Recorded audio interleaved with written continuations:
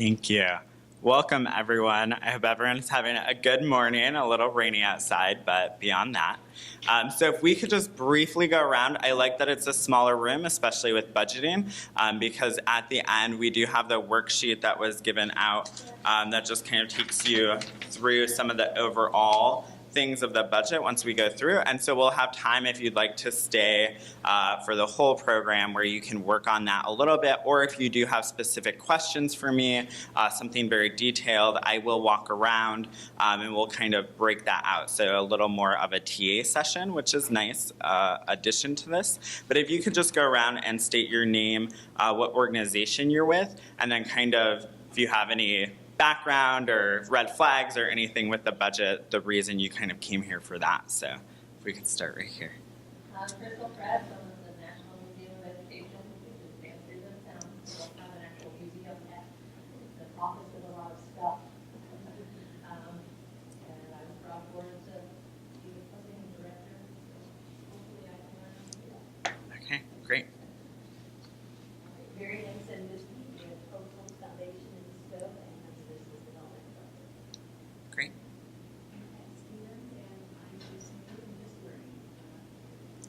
Okay, great. Welcome. My name is Cheryl Ringwalda, and I'm an attorney for the last 25 years. I've been representing school districts, so we've had a lot of budget issues over the years. But today I'm here representing East Farlow Farm because we're beginning the process to convert the barn from a barn to an event center. Okay, great. I'm Rita Engelhall. I'm the executive director for Red Flags National. We're located right here in Ohio. We provide mental health awareness and services in schools. And afterwards, I work at Magnesis, the home hospitality for pregnant with my support. Just kind of trying to learn a little bit more before I could get my education. Great. Welcome.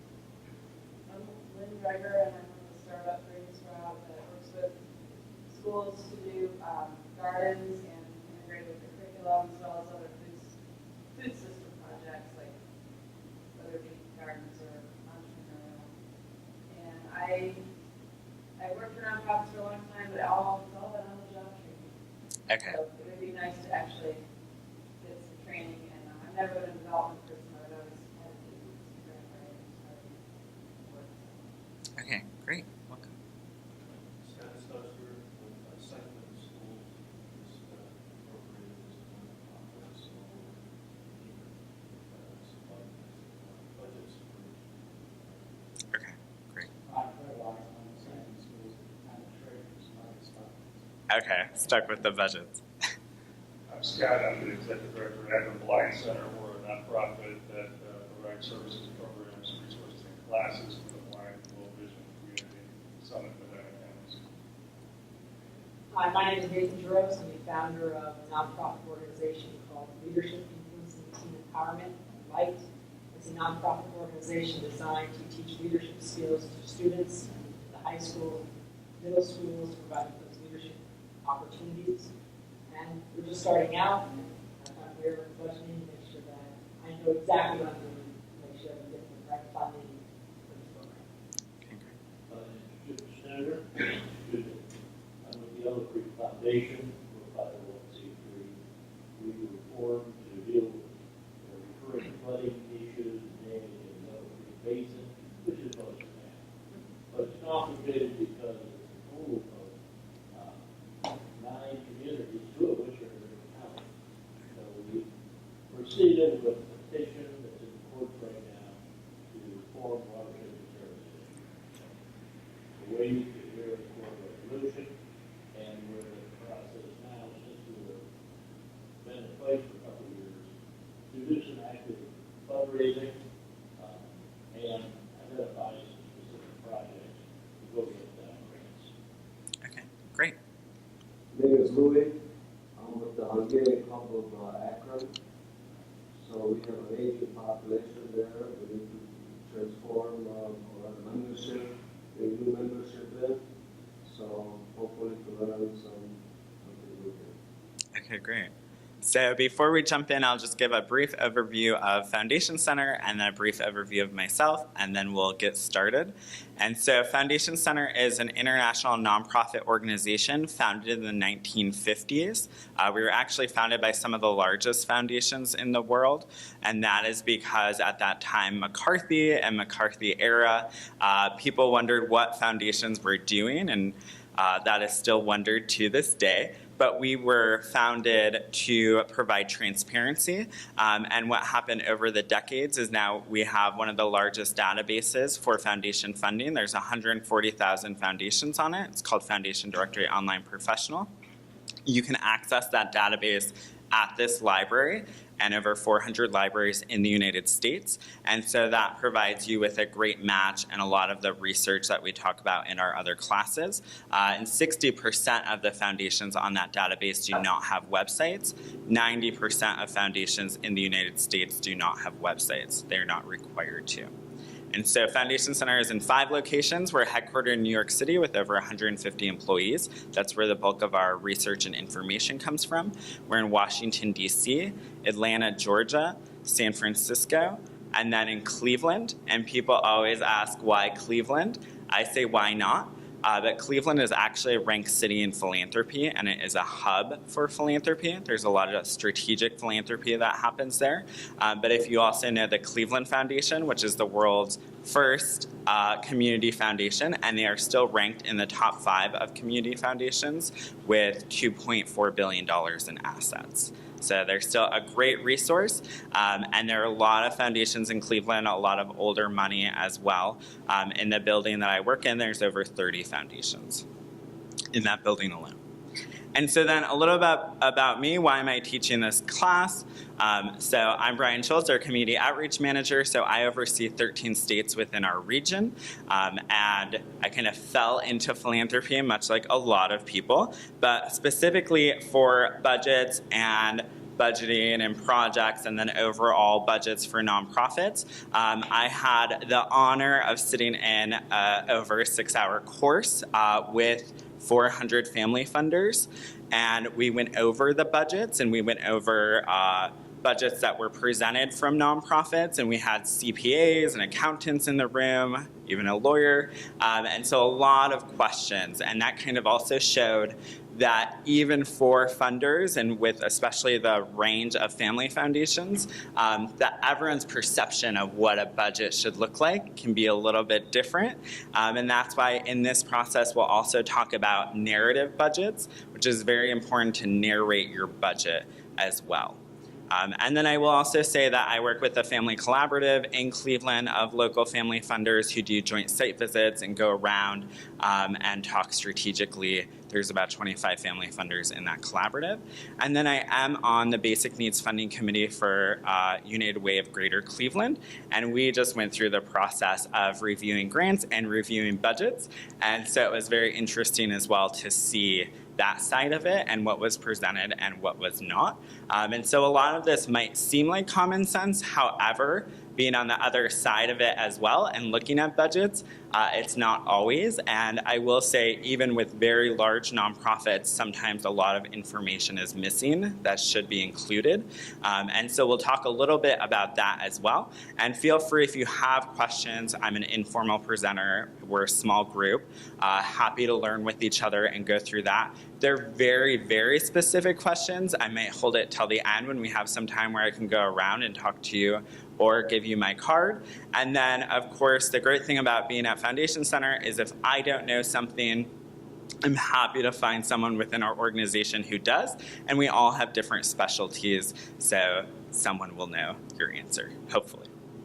And so we'll begin with so this is overviewing project budgets, which has sounded like a lot of people in the room, that's kind of where you're at, and if you're at a specific project budget. I will also say, though, your overall budget in some ways can and does look similar. So a lot of things I talk about here can be transferred, but there are some specific things that do not transfer from project budgets. And so what do funders want to see in project budgets? And I'll kind of talk from being on that side, listening to conversations, seeing what funders are looking at, and then also looking at budgets myself in different aspects. So what funders want to see is the estimate of the true cost of the project, and then also your anticipated income to meet those costs. And we'll break this down in a little bit as to what that looks like. My biggest tip for you is a lot of times with nonprofits, they like to kind of lessen what it's going to cost and show kind of the bare bones and the skeleton version, but you really need to show the whole aspect and the true cost of your projects and show what that is. And so I understand the nature of skeleton budgets, especially funding is very competitive. Nonprofits have gone out of business. So people want to think that if they're giving a funder a skeleton budget, then that funder will think they're getting the most for their dollar. However, funders are becoming much more attuned to that as well, and there will be some questions if it looks like what you said you can't do for that amount of money. But also you don't want to underpay your staff and the whole process of a nonprofit. As you probably know, nonprofit and people in the social sector are heavily underpaid in the United States and overworked, and we could go on a whole tangent of that. So if you want to, take my card and we'll get a glass of wine and discuss that. But that's an aspect of showing the estimate of the true cost and then knowing what that cost actually is. And then we'll talk about anticipated income to meet those costs. A lot of social service nonprofits always ask, well, how do I show that and what does that look like? And so it depends, it's different for each nonprofit, but for some social service nonprofits, that's really federal income and things of that nature. And so we'll also talk about the real question that foundations love to ask is, if my funding went away, how would you survive and how would you fund yourself? And for some nonprofits, the real answer is that you wouldn't. So we will get into that a little bit as well. And so we're showing the components of what is in a project budget. And I also encourage you to look at your handout. And this kind of takes us through it. And so we go through the income, the expenses, and estimating the cost. And then on the flip side, we actually have a sample budget, which I think is very helpful to look at. And when we get into the budget conversation, we'll kind of go through that and look at that. I will also say these numbers look very nice, and that was done for a reason. So it's much easier to teach and train when numbers look much nicer than most of your numbers will probably look. They're not going to be so even and so nice in that aspect.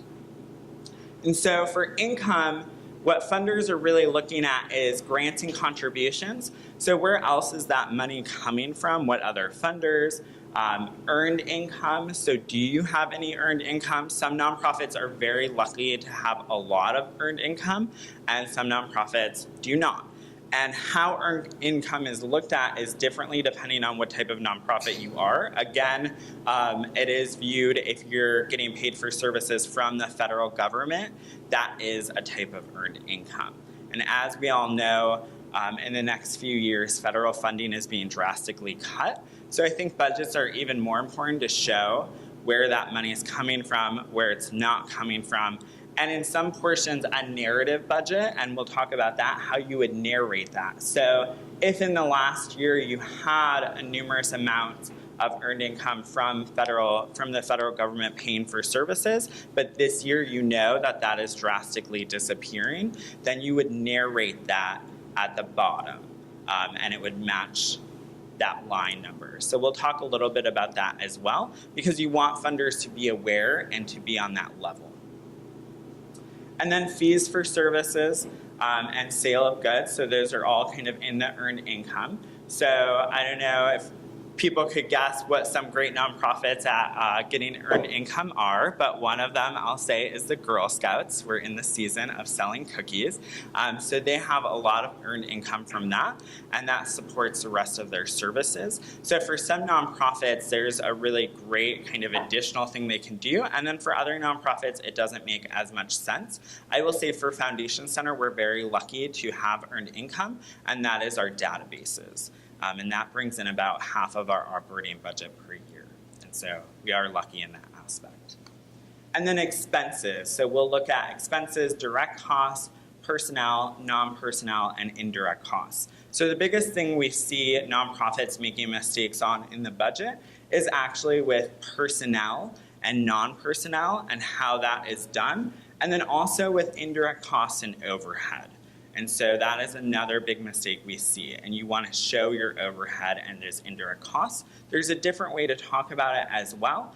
And I will kind of say, and I have a few examples, different funders have different feelings on indirect costs. And so if they do have a website or you do have an application that you're filling out, you're going to want to look at it and review that and kind of get an idea of what their opinion is.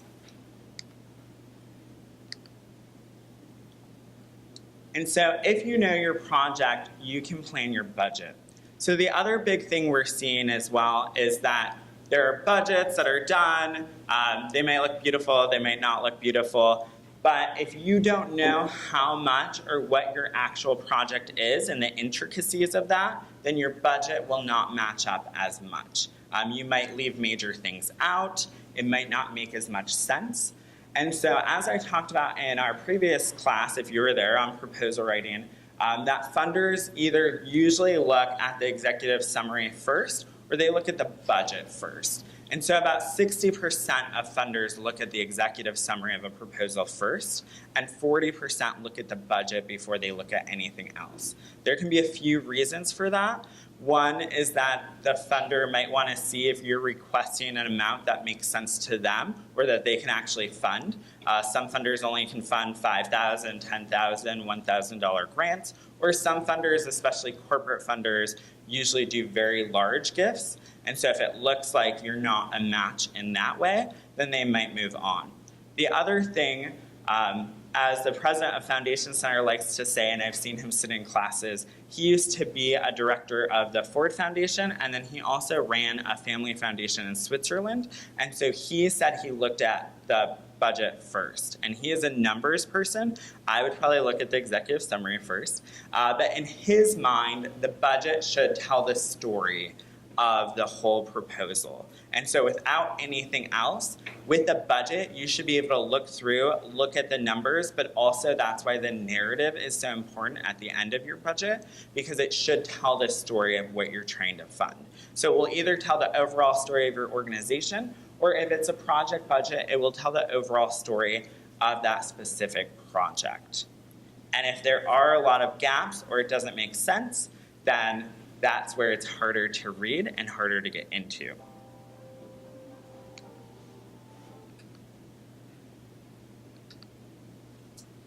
So your budget should be a mere reflection of your proposal, and everything that's in your proposal should be represented in your budget.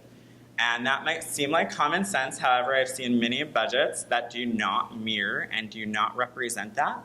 Another thing I will say is that depending on your project and what you're doing, you want to make sure everything's accounted for. So there is a great project for senior literacy of media and computers. And so how does this nonprofit present a great idea of how do you have senior citizens access technology? They can talk to their family members, do online banking, go on Facebook, and this nonprofit was going to teach them. And it made a lot of sense. It was a great program. So a funder funded it. It was called Computer Literacy and broke all of those points down. So at the end, the funding went to something else, and when the funder got the end completion and the report, they were like, what happened here? This isn't what we funded. And the nonprofit said, well, you didn't pay for laptops, and we didn't have any computers to do that. Well, the computers were not represented in the project budget, and it was assumed that they had computers with the title of that. So you also want to make sure that everyone is on the same page, and that's why budgets are so important, because they should incorporate everything. And depending on the size of your nonprofit, who is writing the proposal, who's doing the budgeting, you want to make sure that everyone is speaking to each other and that everything is represented there, because larger nonprofits have multiple staff people that can kind of go through and they do different aspects of a proposal. So you want to make sure that everything is in there. So again, this is a very important aspect. There's also a time and place, which we'll look at a little bit, for miscellaneous. And there can be an other and there can be a miscellaneous. And sometimes that, depending on the size of what you're asking for, the project budget, maybe if it's $10,000, miscellaneous could be $500 or under. And there's always a time and place for a miscellaneous and room in that budget.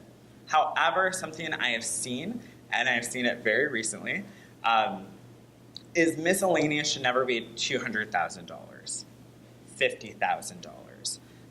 And you will see that a lot on project budgets. It's something you shouldn't see. And if in the narrative section, so if you do see that, and sometimes that's because on online proposals, foundations give you a template budget. And so everything you want to put in there, there's not room for it. So you just fill in the miscellaneous section as $200,000, $50,000, $10,000, whatnot, depends on the size of your budget. If at the end there's no narrative for that, there's no description, there's no explanation, you're not breaking down the costs, that's where trouble can come in.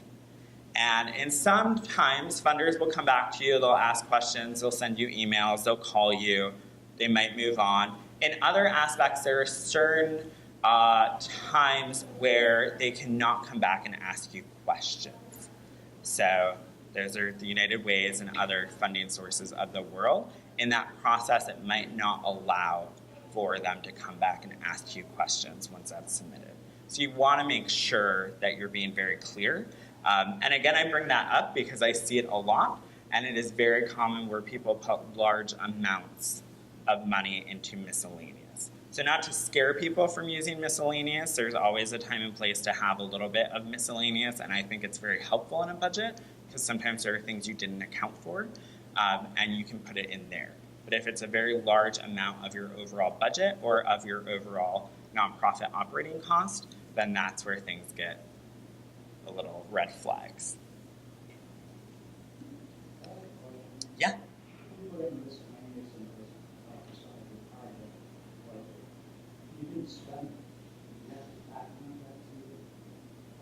So usually at the end, funders do require information on how the overall project went, and sometimes they'll require to see the budget of it. Another thing that is well known in the funding and nonprofit world is, say I gave you $10,000, and at the end of the day, I get a report back that says you spent exactly $10,000 on everything, and it all looks beautiful. That happens a lot. Funders know that that's just not true.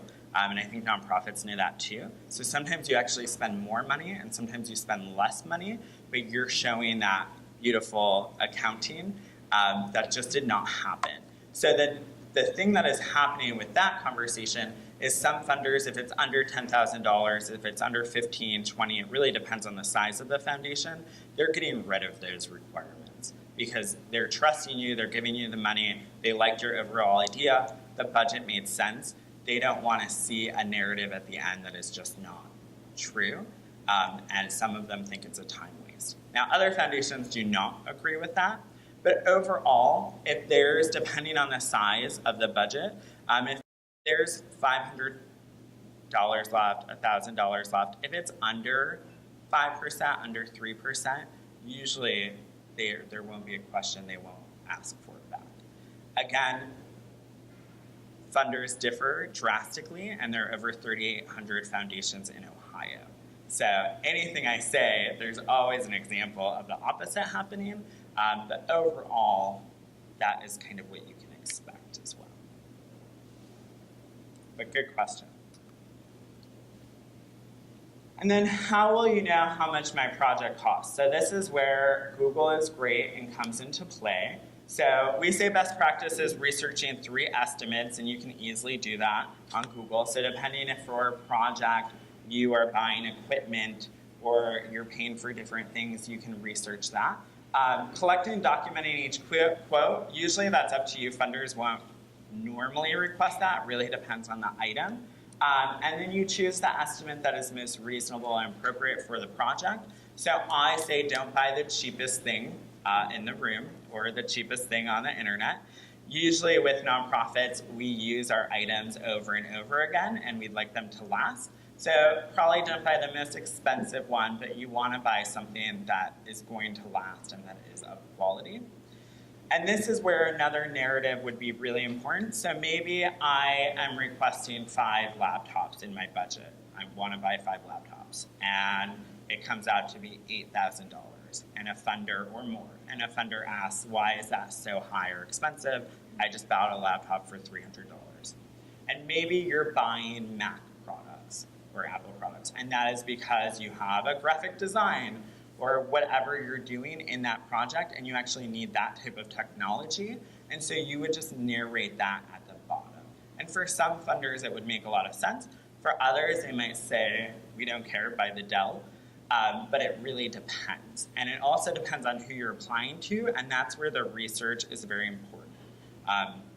Because some funders, that is what they fund. They might fund graphic design in a school, or they might fund these various aspects, and so they're expecting that. Whereas other funders won't. But that's why we say the narrative is always very important, because you don't know who's reading it.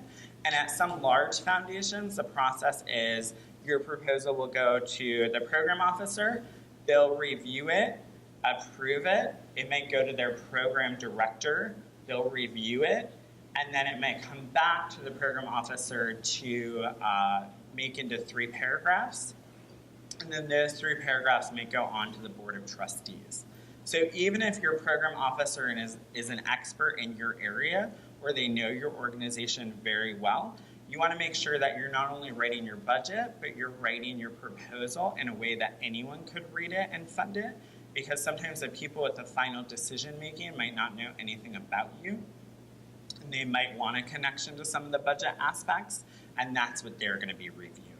So it's not always your main point of contact that has the final decision, and so that is something to keep in mind as well. And I will say some trustees read the whole proposal. So sometimes people freak out like, oh, they're only seeing 3 paragraphs. That happens in some foundations. In other foundations, they're looking at every single thing you submit. And so then here we're estimating personnel costs. And I will say on the back of this, we have shown this overall.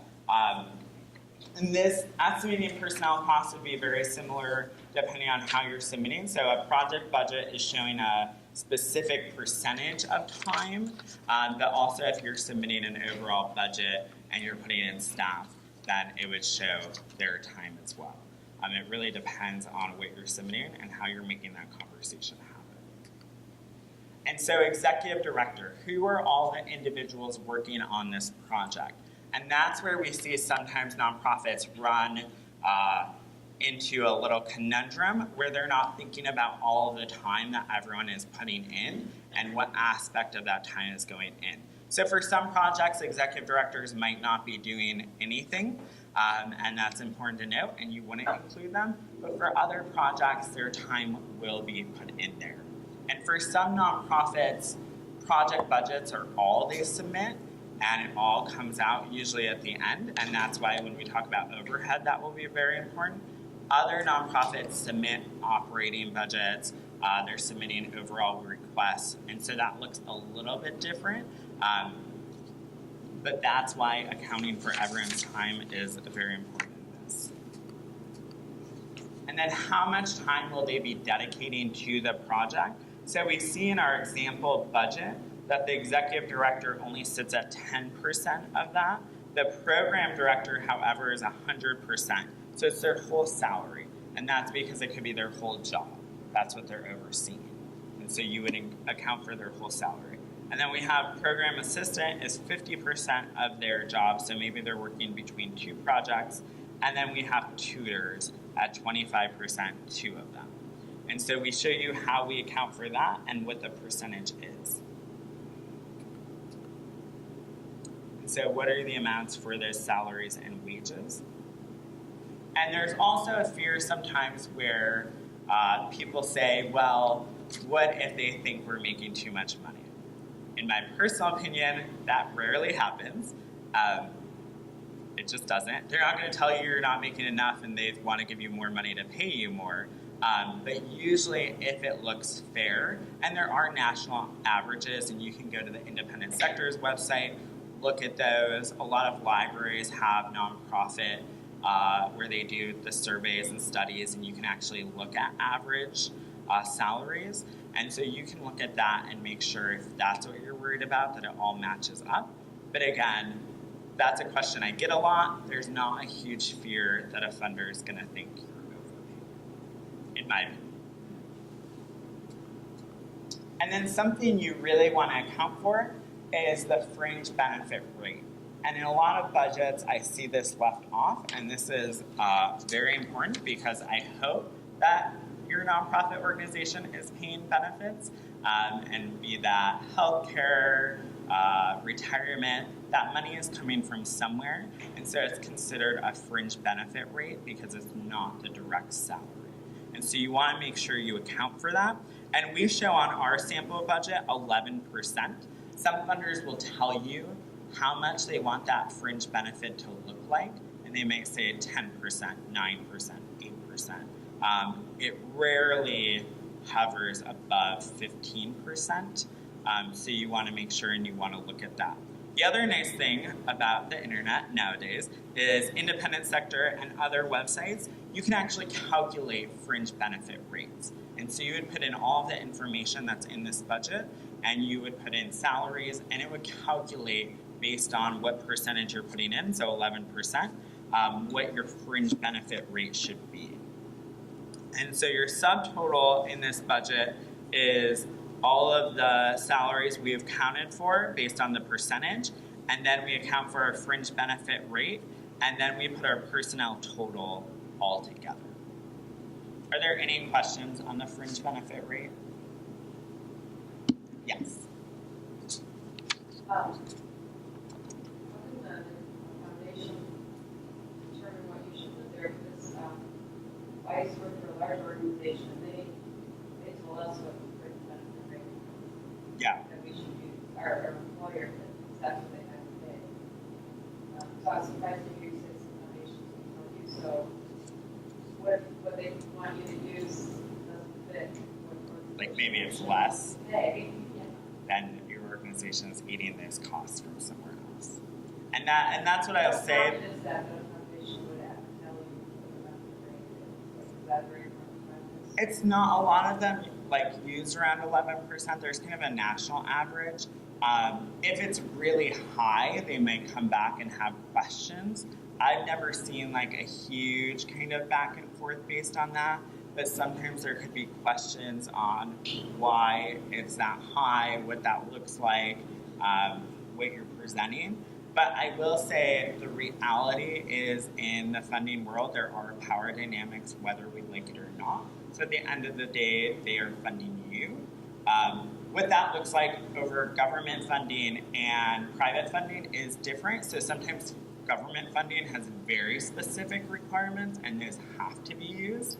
The other thing about government funding, so I'm glad I'm not in that world, is a proposal would be 50 to 100 pages. And sometimes those budgets are just so much different and they account for every description, every detail they want. Whereas a private funder would probably pass out if they got 50 pages of a proposal. Usually the average is 6 to 8 pages, and then budget templates somewhat look different. And so you can actually also Google budget templates and see, but now with that the world is moving to online formats, sometimes funders will actually give you budget templates. But sometimes if there was an issue with the fringe benefit rate, or you were like, that just doesn't make sense, or that's not how we calculated it, you could usually have that conversation, especially if you're connected with that funder, or if you just want to start the conversation. Again, some of what I learned being in different rooms and hearing, sometimes there's not a fully thought out reason. Other times when budget templates are given as well, they might not work through them themselves afterwards.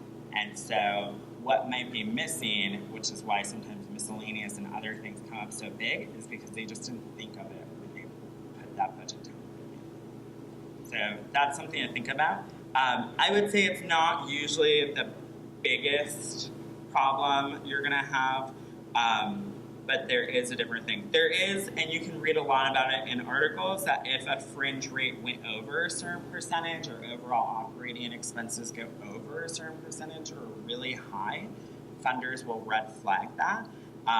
There's the idea of overhead, so we'll talk about that and how some funders want a low overhead. Doesn't mean it's the best, and it doesn't mean that nonprofits are running at the best capacity. It just means what kind of society thinks as well. So, yes, Rita. Sometimes I feel like we write grants for small activities, and we just think that the personnel cost will be absorbed by what we're usually compensated as. So it's not listed on the budget sheet as a line item. Do funders think that a lot, or they get overall submissions without any personnel cost? Yes, and so sometimes the idea of it's for a specific project is that that personnel cost is being eaten somewhere else, or that it just wasn't represented, or if it's a really small ask amount, there might not be much forethought on that. But I have been in rooms before and I have been asked by employees, well, I wanted to do this great project, so I submitted it, it was $10,000, it was funded, I didn't include any of my personnel time because my organization's paying for it. And I said, well, someone is paying for your salary, so you could include it in the budget. So it really depends, and we see a lot of different things, and it depends on the amount. The other thing I will say is that don't be afraid if you're thinking 11% is very low. So I have another personnel budget in front of me where we show fringe rate at 25%.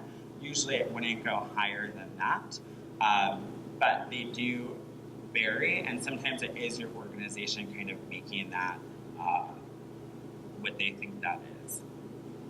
And so there's a lot. We could have conversations on fringe benefit rates and a lot we could talk about. I could also point you to some articles and best practices as well.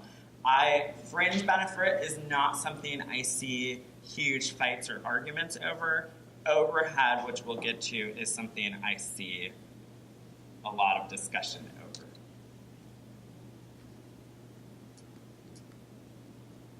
And so then estimating non-personnel costs.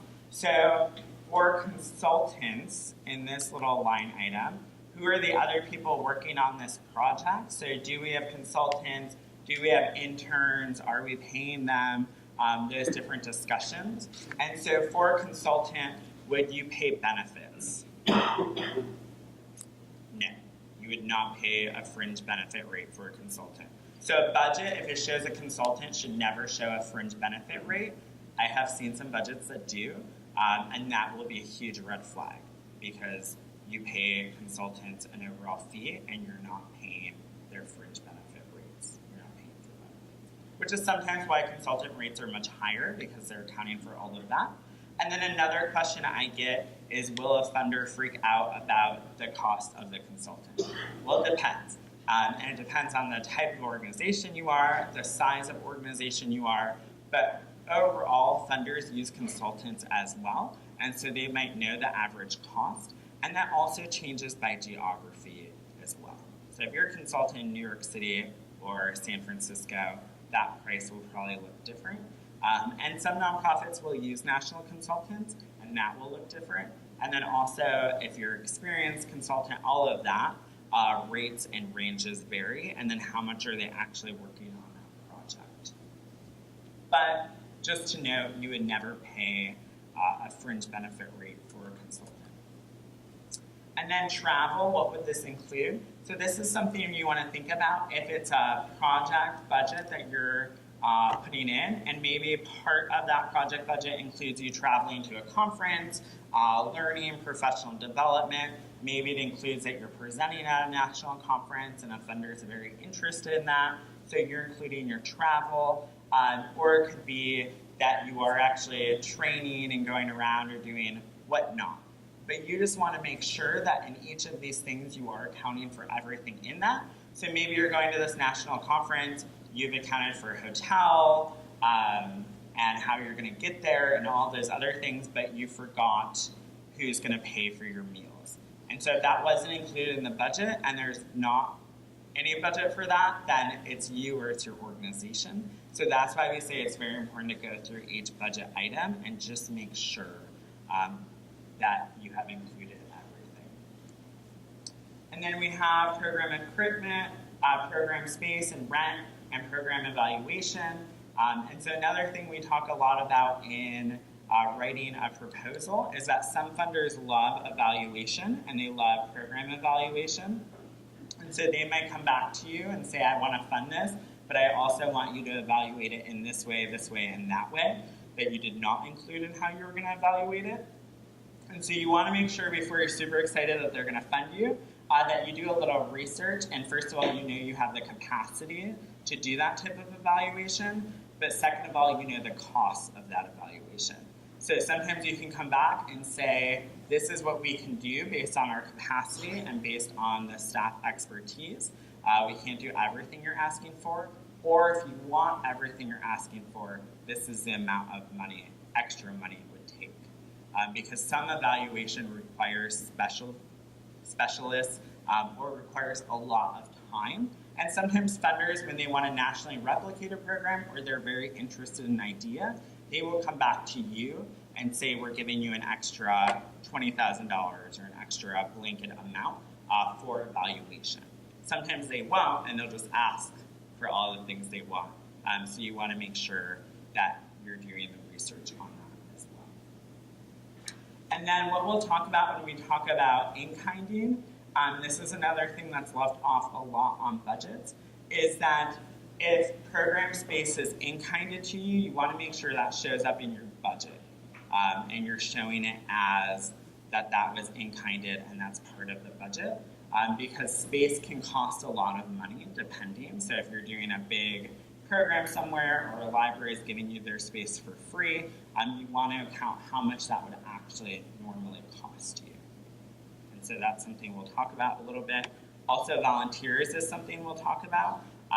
But this is an aspect. A lot of overall budgets or program budgets will show the different in-kind amounts and say, like, this is what our organization is in-kinding.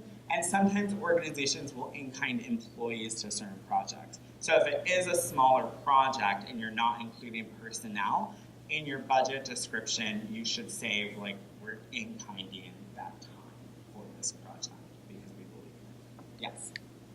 Is it a red flag if you have travel included for a consultant, because they might be able to deduct that expense? I mean, would a consultant normally ask for some travel money? Yeah, the If consultant the foundation world saw that in the budget, would they be like, no, we're not doing that? and the cost. So that, again, that would really depend on the type of funder and what they see.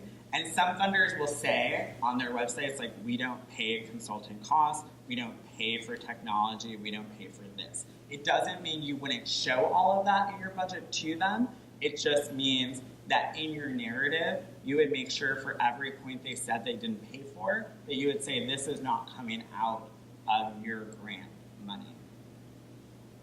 That we're like, you're not funding, we're not funding these things based on what you would fund us, but you have to show the overall budget and the actual cost. Yeah, the world of consultants and what that looks like and how that goes in can really depend. And it depends on organizations and how all of those costs. And sometimes that's via the nonprofit if they're building it into their overall payment to that consultant.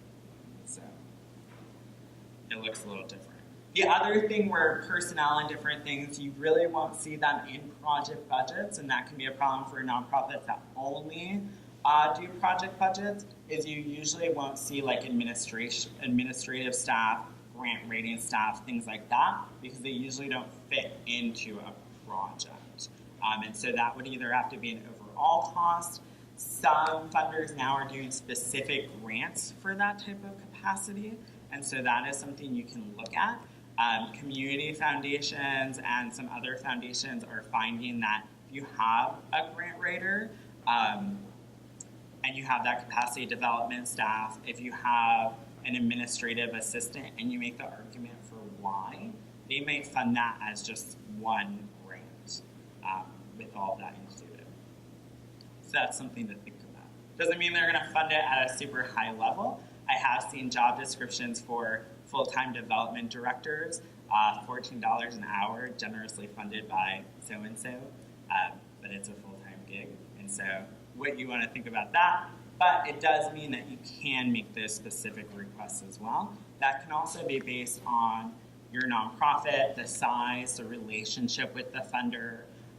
Most likely, especially local funders, I wouldn't go to a local funder that I didn't know and ask for them to pay just an outright grant for a staff member, unless I had some sort of connection or knowledge that that's something they're interested in. It's usually something that's built over time. So are there any questions overall on what this non-personnel cost looks like? Yes. We're in a situation where we have license. If we don't replace the license now unless it's really replaced. Yeah. What I'd like to do is put in over a 10-year period when we replace all of them. Is it possible to put in there 10%? The cost is 10% of the license. And you could use it and put it in the reserve someplace. So how do I do it?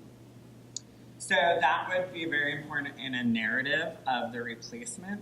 But if you're asking for 10% overall, then a funder is going to usually expect that you are putting it back into into the bicycles and into the overall. Even that year, that particular year, until I put it in reserve and spend it. Some funders will let you put it in reserve and spend it, and that might be more of a conversation.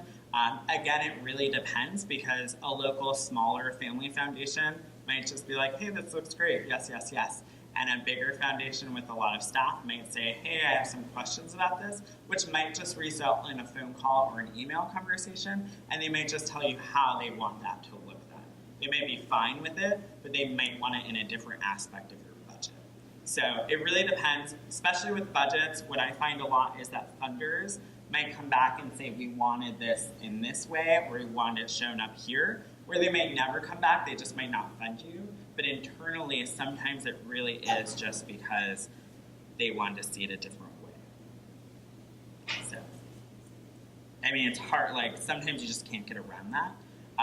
But there are certain things where when we look at budgets and where we look at overhead or personnel and how that's being accounted for, if it's not being accounted for in the proper way, it can make your overhead look drastically huge. And some funders might understand that. Like, there was a family funder in Arizona who was like, I know why the overhead is like 80% at this organization. It's the way they're putting everything, and it's the way the accountant's doing it. But the CPA was like, you should have that conversation with them, because other funders who don't know them and what they do, they're just gonna see that as a huge red flag and not fund them. And really it was just because the accountant was putting it kind of in the wrong line. And so that's why it was coming out to be such a huge overhead. And I will say, if you have a great accountant, or if you have accountants that work in the nonprofit world and all of that, usually they can answer a lot of these questions, and they will say this is the best practice, or this is how we do it. But at the end of the day, if there are certain red flags, or you are building, so capital campaigns, sometimes they're in quiet phases, and so when you show the overall finances, there's a lot of money there, and funders will be like, well, you have so much money, why would I fund you? So in your narrative, you would say we're in a quiet phase of a capital campaign, and that is why we have these savings. And then that's also a great intro to later, like, I will call you about our capital campaign, but you're letting them know. But those types of things, or food banks, for example, usually at the end of the year they might run bread, and that's just the nature of the work they do, and so that can be a conversation. For funders who fund food banks a lot, that's not going to be a red flag, but for some other funders it might be, so it would just be a no. Like, this year, the reason it looks like this, or this year. So a lot of times it really is up to the nonprofit to bridge that conversation and to be the one to over-explain in some aspects, because the funder might have questions they might not ask you. They might make assumptions. Or if they can't come back and ask you based on what it's looking like. And then the other thing I always get questions about is, will you be faulted for having an endowment, or having an organizational fund, or all of those things? The reality is you really should not be, because that is a best practice, and there should be some money in the bank and there should be reserves, because you should be able to fund yourself in case something happens, or as we saw in 2008, that a lot of nonprofits went out of business and foundations lost half of their overall assets because they're invested in the stock markets, and so they weren't able to save certain nonprofits. And that's why if someone does have a question or concern about your reserves, there's a lot of great articles and information that you can actually even send them. And I also say sometimes it's not up to you to make that argument. You can actually look at an academic article and you can send it to them and say, this is why we do it, and just link in that article and let them read it and make their decision. Some funders don't love reserves. Reserves and endowments are actually a great asset, and every nonprofit should try and have some. And then we talk about our expenses and what the direct costs of personnel and non-personnel costs will be. And sometimes, especially for some certain project budgets, you're going to see that personnel cost is usually the biggest cost of a project, especially if it includes one overall staff member or a fleet of staff for that specific project. And there are some projects where if you need a social service worker or you need a fleet of tutors, that's pretty much your overall budget request in that project, then it's going to be heavy on personnel, which is usually And so the favorite thing I like to talk about, not really, but one of the biggest things that is talked about is indirect costs and overhead costs, and how are those accounted for, and what does that look like? And so we actually have this nifty little graph. Well, first we talk about this. You will see on a lot of different foundation websites that foundations talk about indirect costs in different ways. So it can be known as administrative costs, overhead costs, supporting services, operating costs. Another aspect of a budget could be if you're applying for operating money and not for a specific project, it'd be the overall budget of your organization that you're applying to. And then we're also known as hidden costs. Some foundations will break down how they call it or what they use, and some will just say a word. And so it's just to know that indirect costs can come up as all of these different things, and they're all the same thing. It's all overhead, they're just known in different terms. And so this is our nifty little graph where we explain visually what a visible and direct cost is and what an indirect cost and hidden cost is. So a direct cost is the project cost, so everything directly related to that project and how that would show up. And then the indirect costs are the rent utilities of your organization. If you have telephone, internet, office supplies, marketing, communication, staff that's usually not funded by a specific project, administrative staff that can include development, not usually funded by a specific project, or that's in fundraising. And so all of those things that make your nonprofit run, but you can't include them in that specific project budget. And so that is considered overhead. And so I actually have a few, and you'll see this on funders' websites, where they come up with a percentage for overhead. And so the Retirement Research Foundation says the foundation limits payment of overhead rates to a maximum of 10% of project costs. The Dyson Foundation allows indirect costs of up to 12% on most project grants if your annual operating budget is less than $15 million. If it's more than $15 million, they will not allow operating costs. And I know some of you in this room would love an operating budget of over $15 million. The Mott Foundation says that they, and they're a national funder, they say that they do not have an overall ring policy on indirect costs, but if indirect costs exceeds 20% of direct costs, the program officer will pursue the matter with the grantee.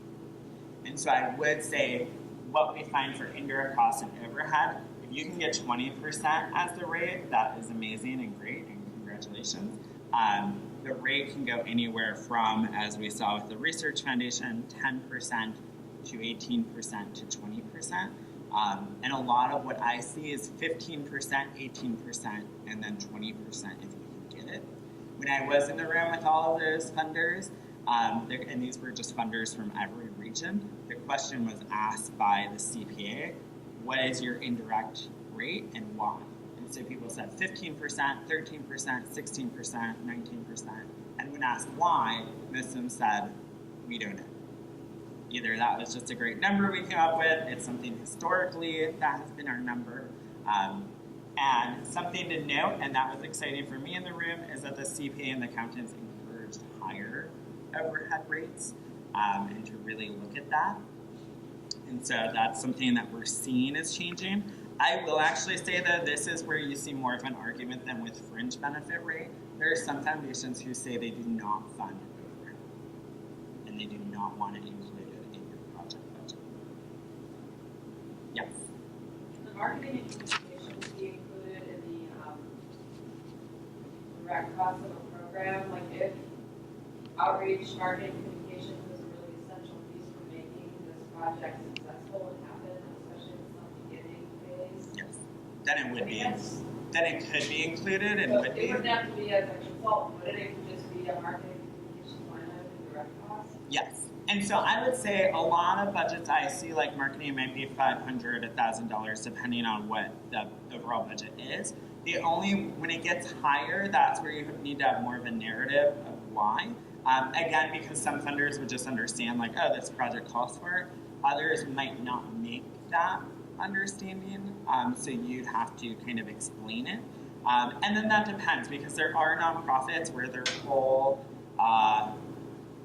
background is for policy advocacy and is visual communications and all of that.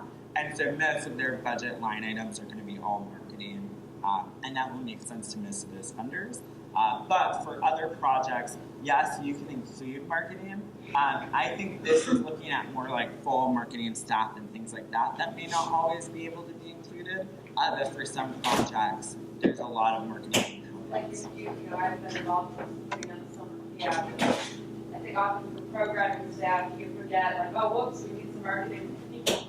But like, if you have summer camp and you're trying to create something and promote it, if you don't have the marketing, it's not going to happen. So, yes. Would that be suitable, even if it's not a ton of money, that it's in the direct cost? Yes. And then just explain that here. Yeah. And usually, if it's a small percentage of the budget, you can put in marketing and put $500 on, In the that. direct cost. Yeah, and no one will bat an eyelash. But if it's not, then we will.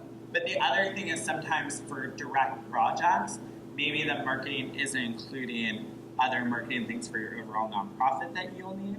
But then people ask me, can I include it? So I say if you're doing a project and you can buy things in your marketing budget, because not all foundations love marketing budgets, but some are completely fine with them. But if you can buy like tablecloths that have your logos and signs that can be reused, there's no reason you can't reuse it for everything else if you do actually use it for that project.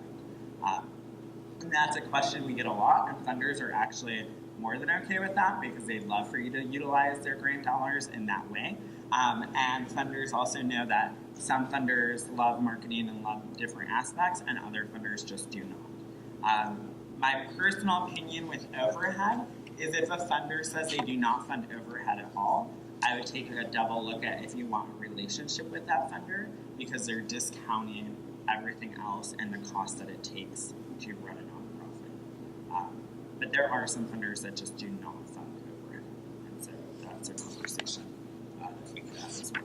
But you'll see that the rate is different for different funders and nonprofits. So how do you calculate your indirect costs? So this is where I say the budget, your budget will mostly probably never look like this, but it's beautiful numbers. But if you had a youth leadership program that your direct program costs were $200,000, your college prep program were $300,000, this is your nonprofit. These are the two programs you do, and you include everything in these program costs. That's very common for some nonprofits, and how they were created is that, especially in the 90s when everyone just loved a program, and some people still do, everything is accounted for in these program costs, and then your direct cost of that would be $500,000. So your indirect cost is $100,000, and that number came from using a 20% overhead rate. And some nonprofits, especially larger ones, just like you talked about with the Fringe benefit, have their own indirect rate, and they'll say, we use 20%, or we use 18%, and that is what should always be in our budgets, even if the funder has a different rate. So that can be a different conversation depending. But what you'll see here is that equals $100,000. And so if this was a nonprofit, and some nonprofits do look like this, everything else that wasn't included in the program costs would come out of that $100,000 for that year. That is their overhead, and that's the pool of money they have. And so that's where it can really become a problem if a lot of things weren't accounted for in the program costs that should be. However, for nonprofits that operate in this capacity and show grants in this way or show their budgets in this way, usually there's a lot of fine combing that is done, and they are experts at it. So, but everyone submits project budgets in different ways as well. Are you saying that you would cap it out at $100,000? It's the overhead, so it goes in your overall financial documents. But a lot of times with overhead rates, it's just showing that it's 20%, and then it's assumed that it's all of those other things that is being funded. But it would go in your overall financials that a nonprofit or that a foundation would request. Are you saying that some, I'm sorry, Yeah. that slide is I'm a little confused because would a foundation accept that, or do you think we always need to give some more detail to the indirect? I mean, is it going to be determined by the foundation? You're saying some might just say indirect and they know, they already assume it's going to cover all the things we talked about, or can you just elaborate a little bit further on this? Yeah, so with these two, with the youth leadership and college prep program, we're already assuming that the funder has your project budget cost. So, but overall, with the indirect cost of the 20%, you would put the rate at the bottom of the ask, saying we're asking 18 or 20%. And you're not, that's in overall financial documents that they could look at, like the overall cost of your nonprofit. Because some nonprofits do run in the red every year. They are overspending, so it doesn't matter how much overhead they're getting in that term, because, I mean, it matters, but at the end of the day, they're still overspending. So a funder could see that and decide that they don't want to fund you because they're nervous. But you're not explaining the overhead rate. It's the percentage that is given. Okay. So that would just be determined by different foundations' proposals and guidelines. Yes. As to how to prepare the budget, they might just say indirect cost. Yes. And then you're just calculating the cost and putting it in. But if they don't say that, it would be wise to like itemize it, correct? Like Yes. we did in the last slide with all the details. Yes, you're not itemizing overhead. Is that the question? Well, and then if they don't specifically tell you to use a rate, then you can assume that they want you to list like office space. Do they want you to itemize? I say best practice is not itemizing overhead. It's You're not. giving the rate and then you're putting how much that costs. But if they really want to get into it, they can have that conversation with you. But they would also look at the overall financial documents. So we also talk about what else is required, and that's overall financial documents. But you're usually not itemizing overhead. And that's not something you want to get into the practice of doing. But those are good questions. Overhead rates can get sticky. The other thing is there are some funders who would just say, give us your project budget and give us your overall cost, and we'll decide how much we're giving you. Don't ask for a specific amount. And so I would say, like United Way of Greater Cleveland this year, that is exactly what they're doing.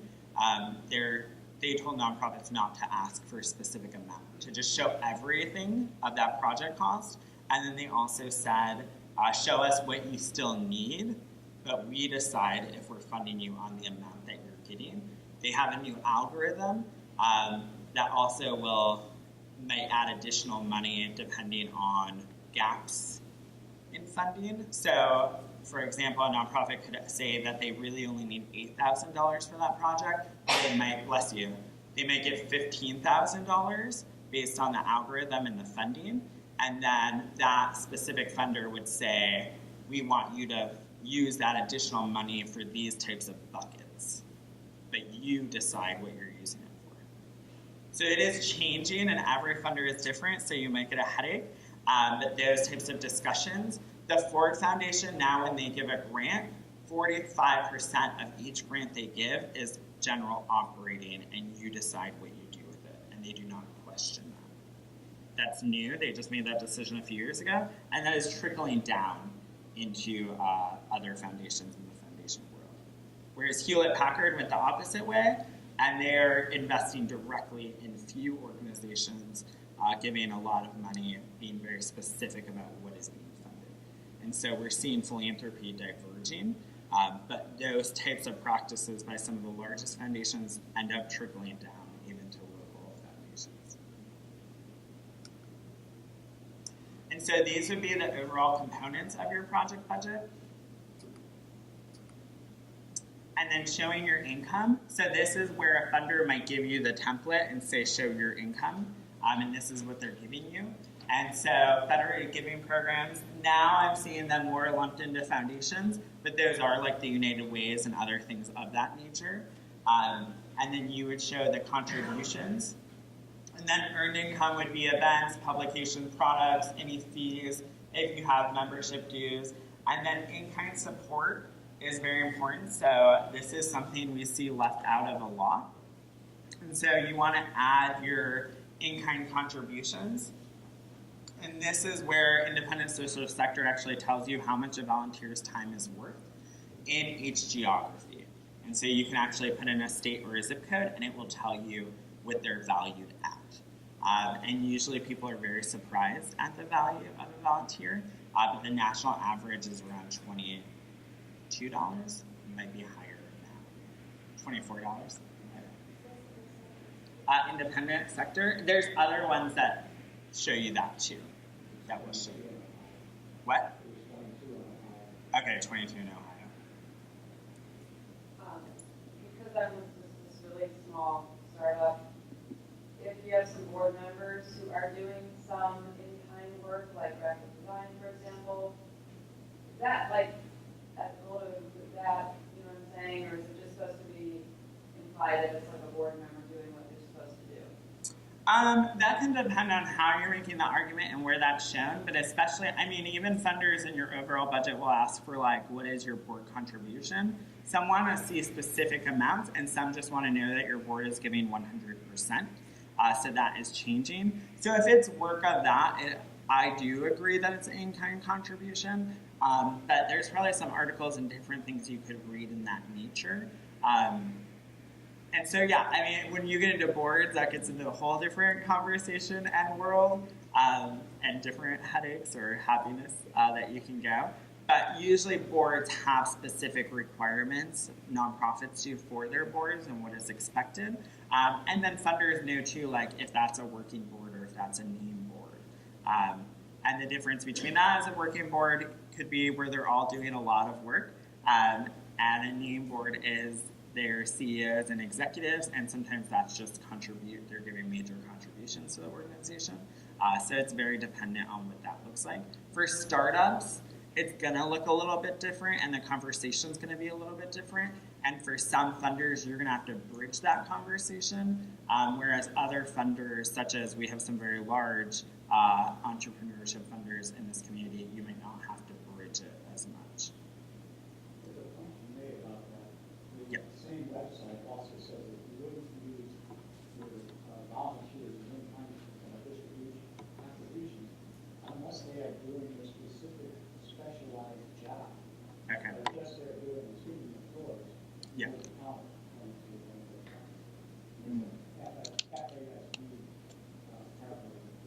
Okay. That's a very good point to be made. So he said, depending on what work they're doing and if it's specific, and we do get the question where people are like, what if I have lawyers and accountants? You can note that they are, but the rate stays the same.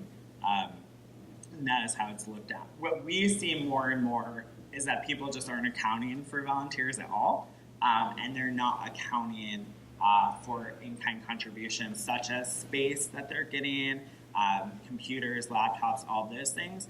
I think what we're going to see, it's more work and sometimes requires more capacity, but in general, in the next few years with the way funding is going, that nonprofits are going to have to ask for more in-kind support from corporations and other entities, and that is how some of them will survive.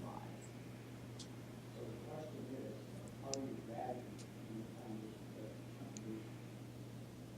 So that's a great question. So it can depend on the product, but I would say like for space, for example, if that person is renting the space normally, and a lot of libraries do and other places do, especially if it's for different things, then you would rate it as what they're renting it for per hour. If it's a product, you could rate it at the retail value. Where it comes into play is if you're like rating it much more highly than it is, but even corporations that do in-kind, so we may have a specific project and maybe I did need laptops or whatnot, and I got them from Microsoft or from a computer store. I would say what the retail value of those were, and I would include that. And the other thing you want to think about is different foundations have different abilities and they give different things. So Microsoft, for example, you can fill out a form and it will be decided if they can give you up to 80% off of Microsoft, like the website and Word and all of those different things, their products. That wouldn't be included in a specific project budget, but you might be able to show that overall, or even make a note of that to a funder, because you're showing that you are doing all you can to get those types of discounts and different things. Some of those are much easier. Microsoft is a form, and first they decide if you're eligible or not as a nonprofit, and then they move on to what your discount rate is. Whereas others are much different and much harder. But some foundations, like the Business of Good Foundation, they love if nonprofits can get legacy gifts and things of that nature. And so they will actually pay for the lawyers and the behind the scenes of how much that gift would cost. And that's a service that they pay for. So some foundations also pay for specific services, and that's part of their grant that you have to finance.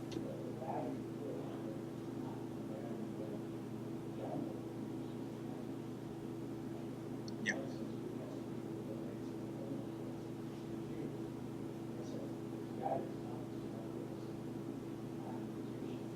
Yes, so you have to come up with the value, and it has to be, so if it is used and there's really no value anymore for them, for tax purposes. Also, that conversation might soon be changing because the tax discussion, tax law is drastically changing. No one fully knows what that means right now. But if you are interested, we are having a program in May on that, and we are having a few funders, a few lawyers, and a few accountants who will be discussing that at the 3rd Federal Building in Cleveland. So you can look that up, it's on our website. And then, I know I'm running out of time for our TA session, but I'm happy to stay and kind of have these conversations as well. Budgeting and budgets are probably the thing we see where it's the biggest conversation that you have, because how you show it, and for each nonprofit, it varies drastically. But there are best practices, obviously. And so what other financial information is often requested, even with a project budget, would be audited financial statements, organization-wide budgets for recent years. Some foundations require, if they've never funded you before, that they see the last 3 years. It really depends on that foundation. A list of supporters or other funding sources. They may ask for annual reports, budget narratives, the IRS Form 990. Something we're seeing, so I'm going to note this, is annual reports for some people are becoming like things of the past, or they're just going all digitally or whatnot. And you can have that conversation if someone requests it and just say, we saved a lot of time and capacity not doing an annual report. But if you leave something out that they ask for, you just want to make sure that you're telling them why. Because if you just leave it out, they're just going to think that you just didn't complete the application. The other thing, audited financial statements, every state has a different ruling on if they require audited financial statements or not. And some of them require just forms and some don't require audited financial statements depending on the operating size of your nonprofit. And so depending on that, and audited financial statements can be very expensive, so you may just have like a short form or different things of that nature. You can have that conversation with the funder or show that. And depending on the relationship, again, it just ranges for everyone. But I knew of a specific funder who wanted an organization to grow more, and so they thought part of that was getting a full audited statement, and so they paid for it. So there are different things and different relationships, and some of that comes from building the relationships and the capacity. Sometimes it's not a private foundation, sometimes it's an individual who you can make the plea to that foundations or other sources have told you you need this, this, and this, and would they fund it as an individual? And some will. I mean, every individual is very different. Are there any questions on this information that's required? In online documents, you really upload the attachments. Again, have a narrative if there's a reason why you don't have it. Sometimes they'll also ask for not financial, but they'll want resumes and things of that nature. Those are easy things that should be uploaded. Again, from what I've been seeing lately, nonprofits are just not uploading them. And for some applications, funders rank it. And so, like for example, 0 to 3. And if you just didn't upload a resume, there's no resume, you're getting a 0 on that portion. So we say create and maintain a document drawer just so you can have all of that. Another thing to note is sometimes funders may just call you or email you, but sometimes they will just call you because they could be looking at the documents right in front of them. So they might just give you a call and say, hey, I have a few questions about this. If they called you on your cell phone or whatnot, or your work cell phone or whatever, and you're driving or you're doing something of that nature, feel free to tell them that and not just say, oh yes, I'm happy to answer anything. Because most of the times you're going to have this information open and on a computer, and you don't want to sound like flustered and like, I don't know, because that can happen. But if they don't know what you're doing, then the other end of the conversation might not go as well. So just make sure that if someone does call you and you're not in the right, or you're really busy at your nonprofit, or you're working after school and a kid has a bloody nose, that you are just telling it is appropriate and fine to make that known to funders. Again, with power dynamics, sometimes people just drop everything, but that's not always appropriate or the best resource. And then budget considerations after the grant is approved. So reporting requirements include reporting on the actual cost versus projected costs, and variances often require approval. So for example, you have a project budget, you requested $3,000 for space. Maybe you're doing different events throughout the year or whatnot, or one big space, and it was going to cost you $3,000. You talked to that space that you wanted, and they loved your idea, and they're in-kinding the space to you. So now you have $3,000 in your budget that you did not account for. So you go back to the funder and you tell them that you requested $3,000 for space, but luckily someone, whatever conversation you have, however, when I say that, whatever the conversation is, you make it a positive, like it is positive. Someone loved your program so much, they invested, or they're in-kind in that space to you, so you do not need the $3,000 for that. However, you would love to use the $3,000 for this, or that. Usually the funder will, if they already granted it to you, then they want you to use their money in that way. And they might already have that accounted for the year as well. So you want to have other ideas of how you could use that money. Most nonprofits will have a lot of ideas. Generally though, if it was for a specific project, then you're using the money for that specific project in a different way. And maybe it's the things you wanted to do, but you just didn't have enough money to do. And I've been on the end of those conversations, and I will say that funders are usually very generous, and if they've already funded you, then they're happy, especially if you have ideas.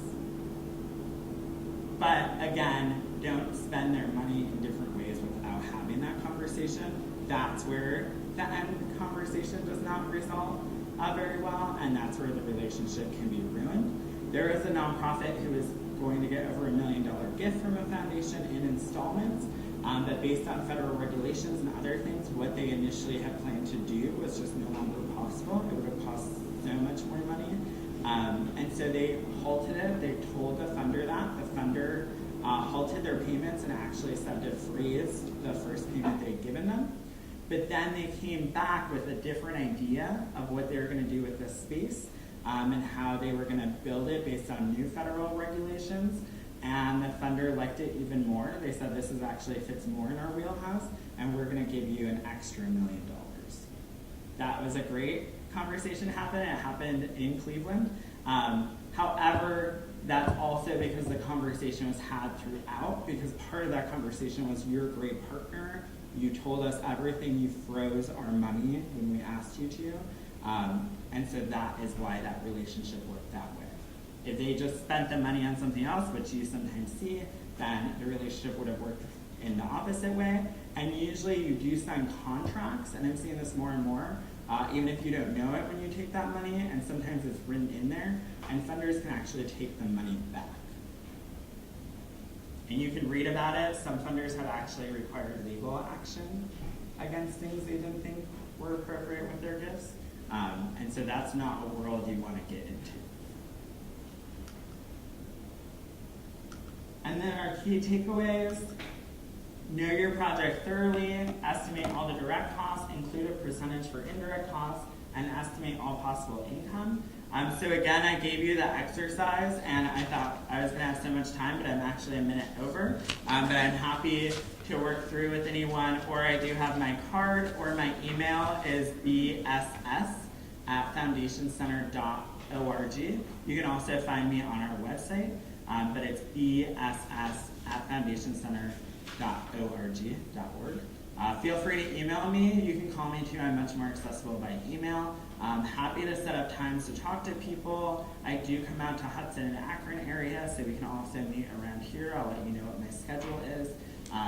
But if you do have things. The other thing I will note, on our website, grantspace.org, we do have e-learning classes that are free, and one of them is for budgeting, and we also have ones that are fee-based, and they're a little bit more money. But those e-learning courses take you through it on your own. They'll quiz you. You can watch videos. We know everyone learns differently. We also have recorded webinars you can watch for free, and we have live webinars we do each month that are free, and then we have some that are fee. But all of these budgeting, all of our intro ones are free, so you can watch those. And so we have a lot of different offerings available, and those are online. And so you can go grantspace.org. You can access that from anywhere, and it is a free resource. So I do encourage you to do that. If you want to email me and say, hey, so there are these certain resources, this is what I'm looking to do, I'm happy to send you various links. We have a lot of websites. You can see it on the back of my business card. And we have a lot of information, so I'm happy to direct you to what's right for you. So thank you. I hope you got something out of the class today. I do encourage you to work on your worksheet if you have free time and you want to. Okay. Yeah, and if anyone wants to work on it or not, or if I've given you too much budget information and you just want to leave, this is something that's nice and handy to just use at home as well. And there are a lot of sample budgets you can find, and we list sample budgets on grantspace.org as well, along with LOIs and proposals and all of those. And those have one grants. Yes? There should be in some of them, yes. And if not, you can email me and I have some examples. Yeah. So thank you for coming. And then if you do have specific questions,